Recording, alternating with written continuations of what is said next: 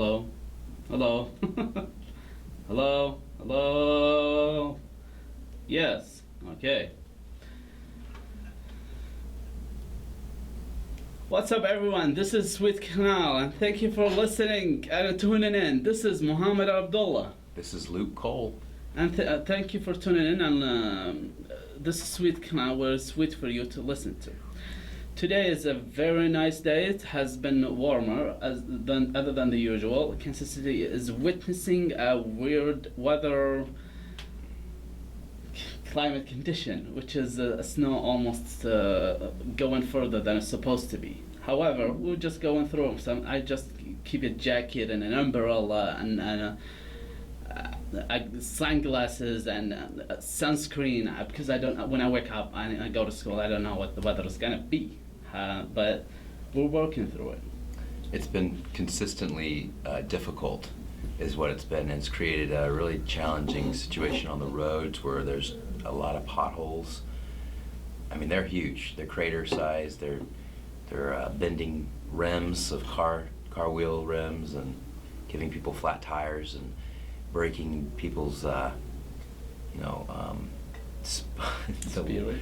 Yeah, their spirits for sure, but the shocks and brakes on cars, the struts and shocks, all that stuff is going haywire too.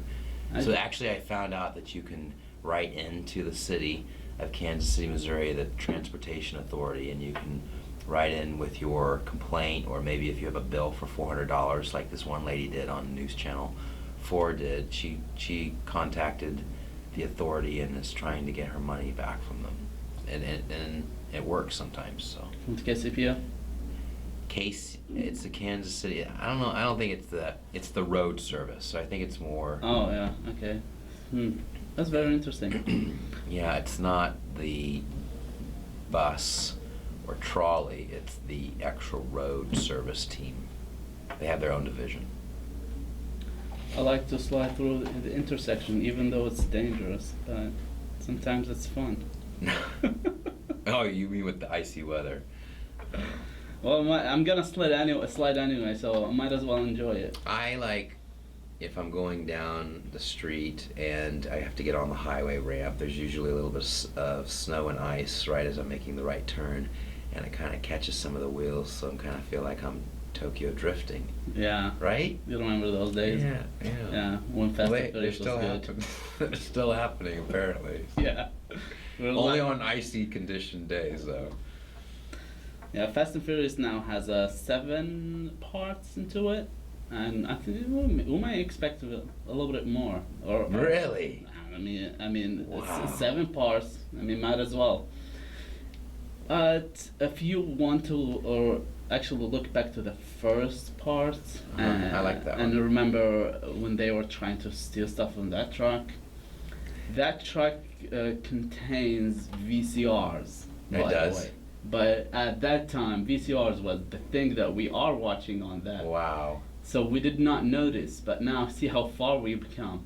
Now they are stealing $10 million safes and stuff like that with really modern cars. It used to be so much simpler, so much on our level, I can say. Well, is that a big show over in your part of the world? Fast and Furious? Yeah. I mean, it got there. It is got there. popular, I know. Yeah. And the Walker's death, Paul Walker's death and everything. Okay. That happened in I 2013, as I recall. And it saddened me, by the way. I watched his last movie where he was in half of it. Yeah, I think I cried as well. Come on, it meant a lot to me. Yeah, and back in when I was 15 or 14, I used to just watch that first or second part over my homework. Okay. I learned how to make car sounds maybe because of that show. Okay. It made me appreciate cars a little bit. Oh, that's cool. I understand that then, for sure. I do. Do I have any? Well, yeah. I think when Robin Williams died, I think that was such a tragic moment for me and the world. Everybody just had such a reception to him. He was such a guy that people loved and made everybody laugh. It's a great gift. That was a sad day and a sad time when he left Earth. Yeah, I agree with that. One of our classmates actually on last semester started an essay about celebrity suicide. Ah, And Robin Williams is one of them.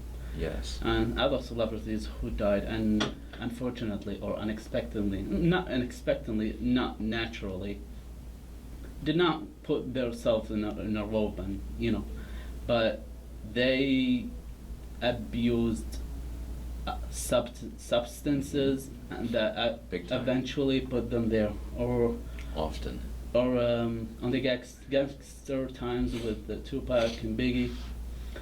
They Well, they that's a- challenge people who are, I can say, up to their words, and they are not with us anymore because Right. they challenged people not in an unsafe way. As I recall talking in an episode, if you can put yourself in not an immediate danger, we can learn something. Basically, that's ramble on social media or something. But you are putting yourself in an immediate danger, like Tupac and Biggie did, and they're not with us anymore. Knight, with Suge, Big Suge. He seems to be the culprit number one there in that whole situation. All right, look. I'll tell you, Suge Knight, this was scary. I was in a taco stand shop in Hollywood area once, and he and his girlfriend and his son came in. They were driving very balled out Escalades. I kept my head down, not to notice, or for them not to notice me. I was sitting in a booth. I had just had dinner by myself. I left quickly, but the car was real nice. I know it was them. It was definitely him. This was one of the times that he was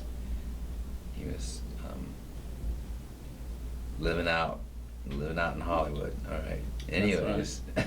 We can change the topic since Mohammed. So our major is journalism and Yeah, mass we do. media. Yeah. So We are. Luke shared something nice with me before we start this show, Yes. and we would like to share it with you. Yeah, for sure. Okay, so for so many years I've been trying to just get an interview with the Kansas City Star. When I was 7 years old, my dad was so kind to help me. I had an assignment to put a project together, any kind of project. I did an interview. I did an interview of the publisher of the Kansas City Star. I was 7. His name was James Hale. Mr. Hale is no longer with us, unfortunately, but he was a great man, very, very loved here in Kansas City, and was at the helm of the KC Star for many, many, many years. And I felt very honored. And so with all the years, I mean, over a decade really, of trying to get a job at the Kansas City Star, I've been unsuccessful until I haven't even gotten an interview. So I find myself being successful today because I finally got that interview at the Kansas City Star. And it's really because of one of our professors, Steve Kraske, saying, hey, I've told Steve, and Steve didn't set this up, but I told Steve what I was trying to do. And I told him about the emails I kept getting from the recruiter who was not following up with a phone interview like she said she wanted to in the emails. So my professor, I told him, he said, get on the phone and get in touch with her or leave a message for her. And I left a message for her yesterday at the front desk, and immediately, in a minute, she had scheduled a appointment. So the message here is to be diligent and to persevere in your goals and in your aspirations for where you want to work and where you want to live. And when you do tell people that you want something and you get it, do good with it, and be very communicative and a proper, in a proper way with your bosses when you're working that job, because a lot of things come up. Everybody knows that everyone has personal lives, and that sometimes things just get wild, and everybody has that once or twice in their life or more. But yeah, just communicate with your bosses. They're human beings too.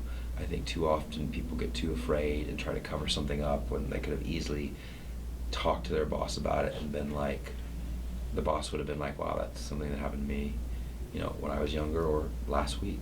So just go with the flow. Be kind to yourself. Give yourself opportunities to win. And when you win, don't sabotage yourself with messing it up. That's challenging. Not getting a response in order to get an interview to your job, that doesn't mean they don't want you. Maybe they want you to just try harder. And why not? If you can, go ahead and try it out. And she said her response to, and I was very, and when you do finally get that interview, don't ever have any attitude with them. Don't ever have any attitude with your corporate team at all. And when you go to ask for a raise, you don't have to have an attitude. You should feel empowered. You should always feel like you want to, at the right time, confident, empowered to go in and ask for a raise. It's an important thing. I know people who have been in jobs for 20 years that have never asked for a raise. That is sad, and that is their problem, because everybody should be empowered to ask for a raise, especially if they're doing good work. And I know this person was doing tremendous work and always does tremendous work. And it's the employers who need to be more responsive and more caring to the employees, truly. Corporate, look at corporate. They're most of the time companies with billions of dollars or hundreds of millions of dollars in revenue. These individuals need to make sure healthcare, and I speak from experience because I do know this to be true in both the development stage and also in the building stage of businesses, that healthcare has to be scaled up. The different kinds of benefits have to be scaled up. You have to make sure that people are being paid fairly. Look at how much it costs to live in a place, not in the lowest end, you know, run down apartment. Think about what mortgages cost. Typically about $1,500. You know, like, you're gonna have to be paying people enough so that they can cover transport and that they can cover, especially if they're full-time employees. When they're part-time employees, people tend to not care as much because they're not there to receive the benefits and the different opportunities as a full-time employee. But everyone who's embracing a brand, working for a brand, needs to be cared for, especially if they're caring for the brand. All of us, right now, we are ambassadors of the UMKC brand. We are also ambassadors of the KRU news station. And It's a job and a responsibility for each student, Yeah. but we decided to take it to TV and YouTube. we are, yes. So that's really all I have to say about that. But it's important to be assertive in in what you require as a human being. And if you know you need to be working for a certain company or in a certain city, you need to do it. Migration of human beings and human civilization has occurred for a variety of reasons. One being job opportunities and pay. People of a certain nature feel they deserve, or education feel they deserve more pay, and there may not be jobs in that area, so they have to move their family, they have to search for jobs elsewhere. It's part of life, and it's been going on for as long as we've had commercialism, consumerism, and corporate. So It's an honor by itself to get the opportunity to get an interview. Some Yes. people, such as yours, tried for a long time in order to get one. that's right. And getting one that doesn't, I'm saying that before that you were not successful. You were, and because you were successful, they gave you the opportunity to get the interview on them. Hopefully next time we talk about this, you'll be already working with them. I'm not sure what position you were applying for. Mohammed, that's nice of you. It's so very difficult because of, yes, the Kansas City Star is an ideal company for me to work for based on my background and that story I shared with you about James Hale, the former publisher. And because I'm here, I need to be working for a company that is here. I don't need to be going to Los Angeles or New York right now. I need to be focused right here, Cameron and I and our children. So you're very kind. This keeps me here. This program right here keeps me right here. Is one reason that I'm here. Yeah. So it's true, and I take it very seriously. And I'm glad that Muhammad takes it so seriously too. So. Yes, indeed. So what do you want to talk about, Muhammad? Well, in my elementary school, I was one of the top class students, and I appreciated that, and I got the chance to get to special road trips, certificate that says I'm at the first, at the second on the whole grade, and that kept up with me till high school, and then it's just suddenly dropped. You know how in high school? Yes. It dropped, and I barely graduated with C's and D's. But eventually I graduated, and it was a difficult time for its own reasons. Teenager time, there's not a lot going on. And that doesn't sound like you. So. Yeah. No, eventually it will. I mean, that's who I am now, but that's not who I am at that time. At that time, a lot of people were not on the correct track.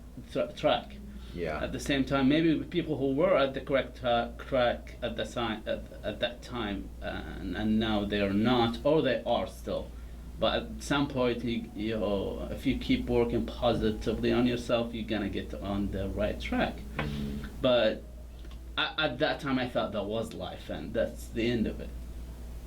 Anyway, I finished high school, and I got into an institute called Institute of Public Administration. That got me lifted academically and physically, and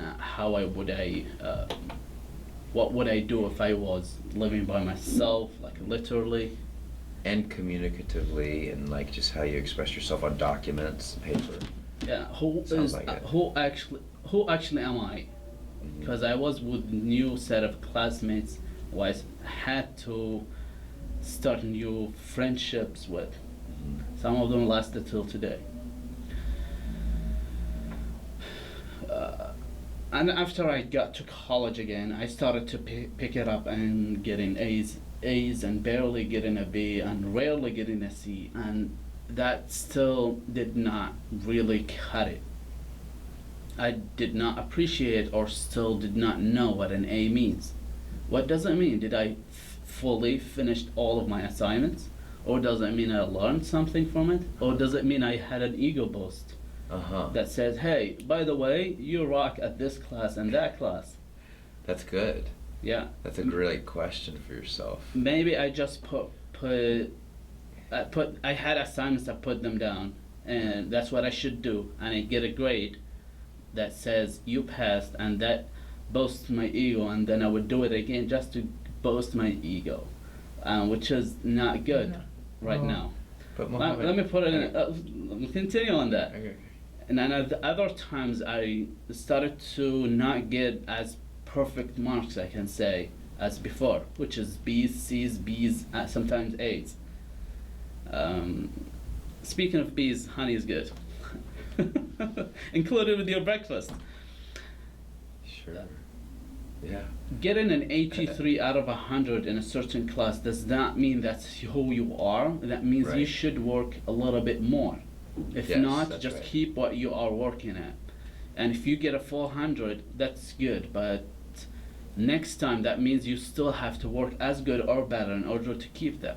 Mm-hmm. So a grade to me, if it's a passing grade, it's a passing grade, that's it.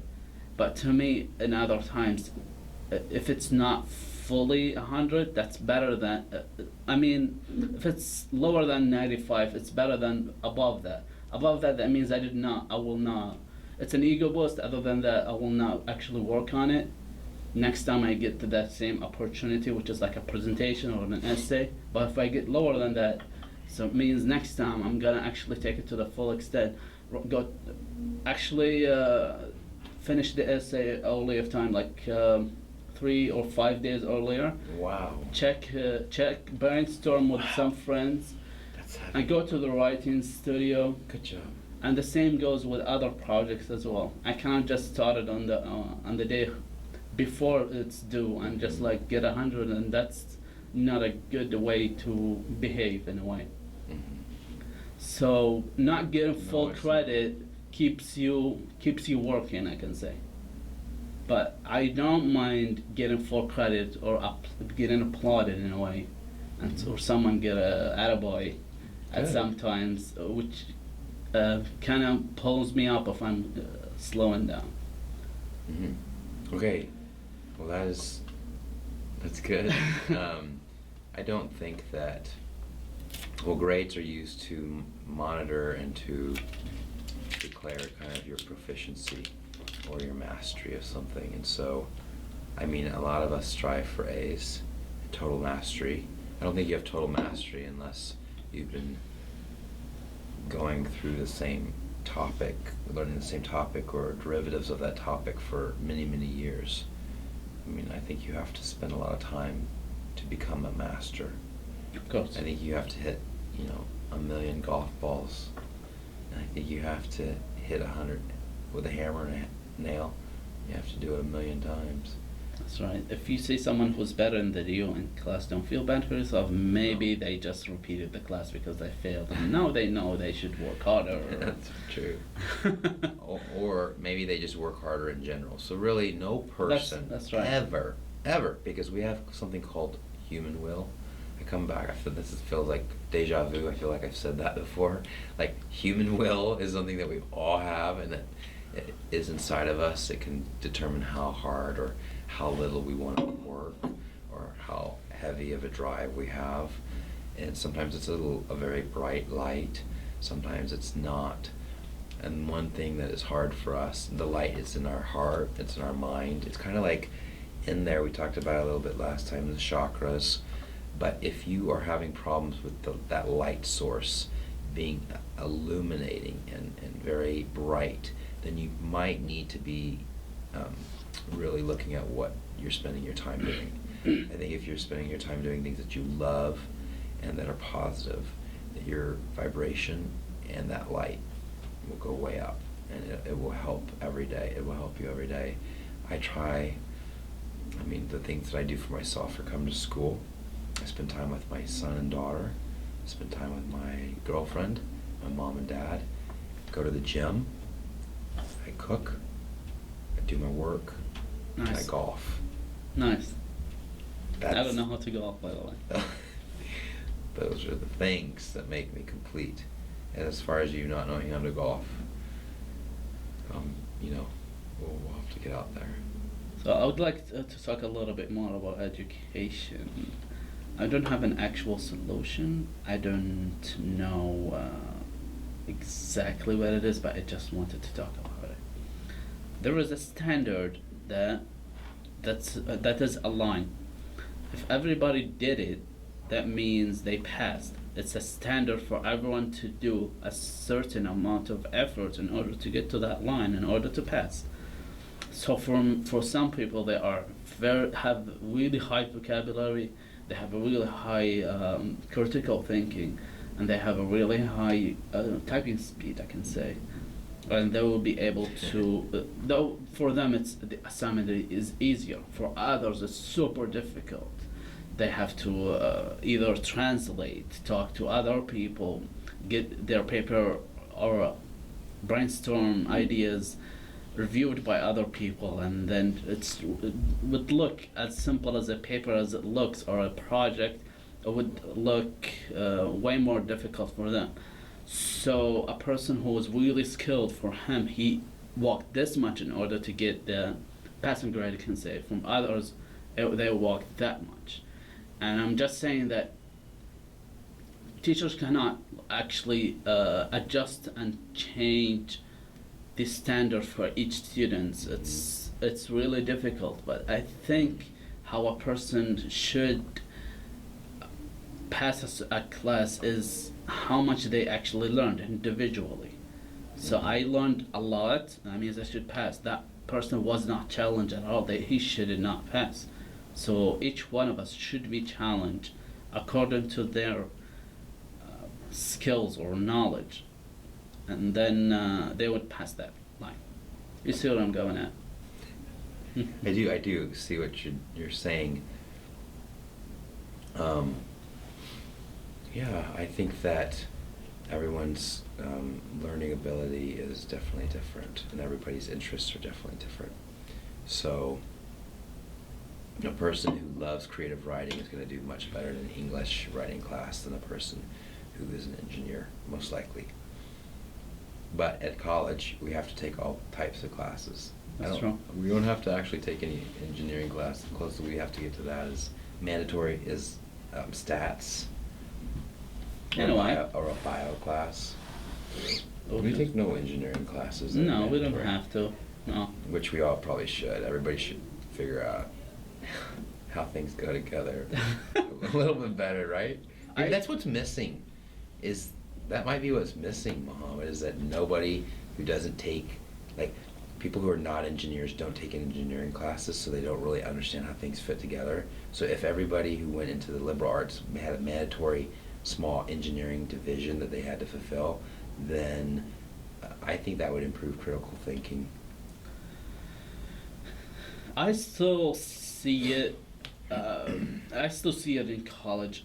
We are journalism and mass media. We are communication people, and I still have this semester. I have to take a science class. I have to take a history class. Mm-hmm. I have to take a math class. Mm-hmm. And I would say, what would these things do and contribute to my degree? Shouldn't I just study the 60 hours or go really deep into journalism and that's it, I'm done with it?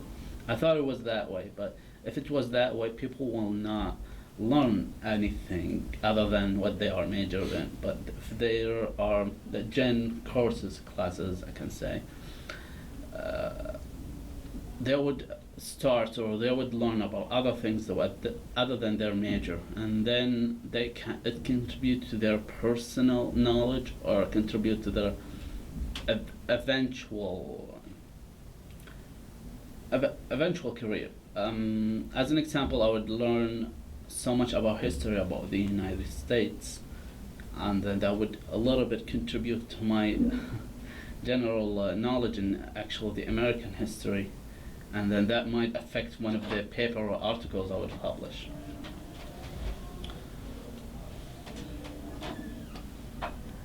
Totally. All right. I have another topic to get into, which is. And by the way, as far as the newspaper articles and Mm-hmm. yes, I look forward to seeing those. I had those. I used to work in Avila University for a magazine called the Canal magazine. That's good. Yeah, there were not an international. The international section was initiated as soon as I got in. So it used to be one section, which is the general section, but now it became the international section. Good. And the sports. Good. So the international section, of course, involves international students, and they would publish in two languages, which is English and Arabic, or English and Japanese, or Awesome. English and Spanish. Those two articles will publish. We Mhm. did publish. So that magazine, after that time, started to get so many awards, and Awesome. now I moved on to UMKC, but that magazine is still there's another student who's taking Excellent. care of it. Good. But it's still getting some awards, I think. No, I Good. did not follow Yeah, up of with course, it I anymore. love Avila. But I it's think still that's great. still has the 3 sections. So it used to be like 30 pages, and now like up to 56 or something. Wow, cool, Muhammad. Yeah, way much thicker. How many times does it come out? I think twice or Okay. 3 times a semester, depends on the Oh. budget. Oh wow, great. Okay, so that's super cool. That's a literary mag. That's nice. Is that what it is? Yes, It's awesome. Colleges that have those. it's like this small. It's That's not the awesome. the. We have. Yeah. You have one right here? We do. I thought it was just the It's newspaper. beautiful. It's called Lucerna. That's one of I need them. to check that out. Lucerna is one that is managed on campus, and it allows first release works to be published in a beautiful, beautiful book. It's done by the art department and the English department. How It's many really cool. how many times a A semester? lot. Oh, once a year. Once a year? Yeah. So It's not like it's exactly. really worked on. Like Yeah, it's a big award. It's the UMKC. They have two. They have a prose and poetry that Angela Elam manages, Dr. or Elam, and then they have this Lucerna, which is a different department. Big literary awards here in Kansas City. You cannot get the one that Angela Elam manages if you go to school here. You have to have graduated. nice. I think all those things are real important. I think it's really important to award writers and humanitarians. I think some of the only ways that we make money is writing, and that's really important. And remember how much it costs per month to live. Come on, so many of these awards are like $1,000, and like there are like 10,000 applicants, and it's for $1,000. I mean, $1,000 is not gonna pay even for rent probably, okay? Because most of our rents are way more than $1,000. I'm just telling you. I mean, they are. Unless you're like 3 deep in a place or 4 deep, it's like probably $1,000. It'll cover your rent for a month. But if you're an artist and you're a true writer and you're winning awards, then you should be supported. And too often, I just don't see it happening. It takes big awards like the humanities and the arts, National Endowment for the Arts, National Endowment for the Humanities. They have awards that come in and out every year, literary, or you might want to, what's it called when you translate? Might have a big translation project you get paid to do. So 25 to 45,000. That's more adequate. I would like to get That's my more hands on adequate. that. I know you should. You could totally do an awesome translation project. Cool. Yeah, it doesn't look real bad. That's really nice. I'd like to get on You hands on could. that. You could totally do that. Alright, so appreciate the people around you. We talked about that the first episode. I Mhm. remember that. Appreciate people of art and appreciate the medicine people. They Mhm. really work hard to get into their position. And they should be appreciated. There should be more doctors out there. Alright, next topic I would like to talk about is the way you look at something. So if something happens, such as an accident, which is unfortunate, and how do you look at it? And another way, I should just put it and say, if your car get wrecked, the bad thing is that your car got wrecked. The bad thing is your insurance is up. But the good thing. Oh no, you have no insurance and your car got wrecked? No, it's an example. Okay, That's I mean, not- no, I know, but is that the example? Yes. Oh man, I know all of us have definitely Yeah. driven without insurance for a little bit, but God, that's dangerous. And your insurance may go up, but eventually you would realize that you still are safe. You got out of there safe. You're still alive. That's what you actually should appreciate. And that car going away from you is the I can say the tax of being alive, which is losing that car. It seems that's Has it something happened to boiling you? out. No, I got my car wrecked, but I had insurance at that time. Okay. Do you want to tell us about it? Yeah, sure. I want to tell you about a car wreck too. You tell me about one. All right, I'll start to get on that. So I used to live back in South Kansas City, close to Avila, Okay. and Like Red Bridge area. Yes, Okay. that's actually correct. And I used to live on the other side of the 71, I can say. Oh, really? Yeah, 71 highway, so I have to cross that in order to get close to school. You were east of 71 Highway. Yeah. Okay, got it. Hickman Mills. No, Willow Creek. Okay. Yeah. Next to the Quick Trip gas station. Oh yeah, that one. Right. Yeah. Okay.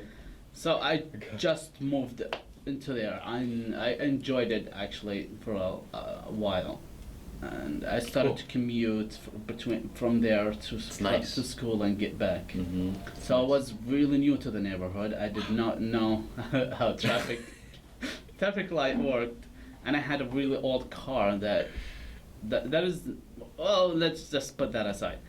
There was black ice at that time. So I'm going the speed limit, which is 35, and I crossed the first light, it was green. The second light was green, the third light was not, but they were really close to each other. I could not realize that in time. And by the time I realized it's right, I hit the brakes, but it slid through till the intersection, and I hit a 2014 car, and at that time it was 2015, so it was not an old car, and it was related to a medical car, so it had something expensive inside of it. So glad that I had insurance. He was going left, and I hit him like corner by corner. Yeah, the car got totaled. That's one thing. I had insurance, which is really good at that time. Some people stopped, and some classmates stopped and say, "Are you good? Are you all right?" And as soon as I hit him, I put it in park. It was really difficult because there's something wrong with the gear at that time, of course, because I just got into a crash. And that guy was okay. We called the cops and 2 towing trucks. I skipped class for that day, of course. I got a ticket for crossing a red light, and I did not get a ticket for my seatbelt because I had it on. When the policeman arrived, you can mute that. When the policeman arrived, she interviewed us, each one of us, in the back of the car, and I told my story and he told his story. I forgot about that for about 3 months until I got my court date. So I was standing there in front of a judge and say, "Do you plead guilty or not guilty?" I was like, "This looks like a movie." I said, "I don't know." I said, "Not guilty." And she said, "I'm gonna make it a trial," I can say. And the policewoman was there, and the guy who I hit him was there as well. And they said, "What happened?" And I said, what did I do?" Which is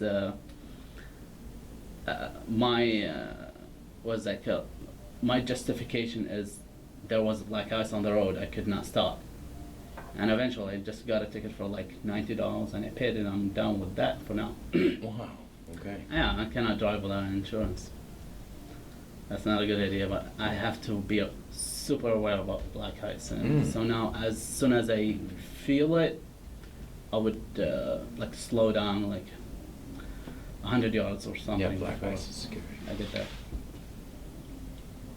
It's a good one. That was detailed. Yeah, I remember it because I lost my favorite car at that time. Sorry. Yeah. I went to the, what's that called? The yard that they keep totaled called? Yeah. Yeah. And The wrecking yard. The wrecking yard. Yeah. I went there and I had a screwdriver and I removed some parts that I wanted for myself. From the car, your old car. Yeah. Oh, you're very nostalgic. And I kept them with me, and I took them back to Saudi Arabia, and I gave them to a friend of mine that has the same car. So. Oh, nice. Yeah. I What got was something it? good. It was a Mustang. It was a Mustang. Yeah, but an old one, like 89 or something. So what? That's awesome. I know that style. That's yeah. cool. Yeah, it was black. That's so. super cool. Yeah. That's Automatic. a fun car. It has 4 cylinders, so that means no, it doesn't spin That's a as fun much car. as yeah. It's great. Yeah, but Cool. yeah. Because they can guzzle gas, but it's 4-cylinder. That's good. That's really good. So it looks nice. 2-door? But, yeah. It looks nice, but it doesn't cost as much. I'm not gonna race anyone with it because it doesn't go anywhere. Not a hatchback. It was a hatchback. It was? Yes. Okay. Cool. That's in Saudi Arabia. No, in here. Oh, in Kansas City. Yes. Oh, okay. Yeah. One last thing, that guy that I bought it from, he buys the 4 cylinders and converts them on his own in his garage, and then sells them as like 5.0 or something. Like, he converts it to manual and then puts a 5.0 on it, and then goes on from there. That sounds too complicated for Oh. something. I don't know how to do that. I don't know how to do that either. Well, I can help for sure. Watch it. Did you watch him? Well, I did not because I just had to get the car and get out. Okay.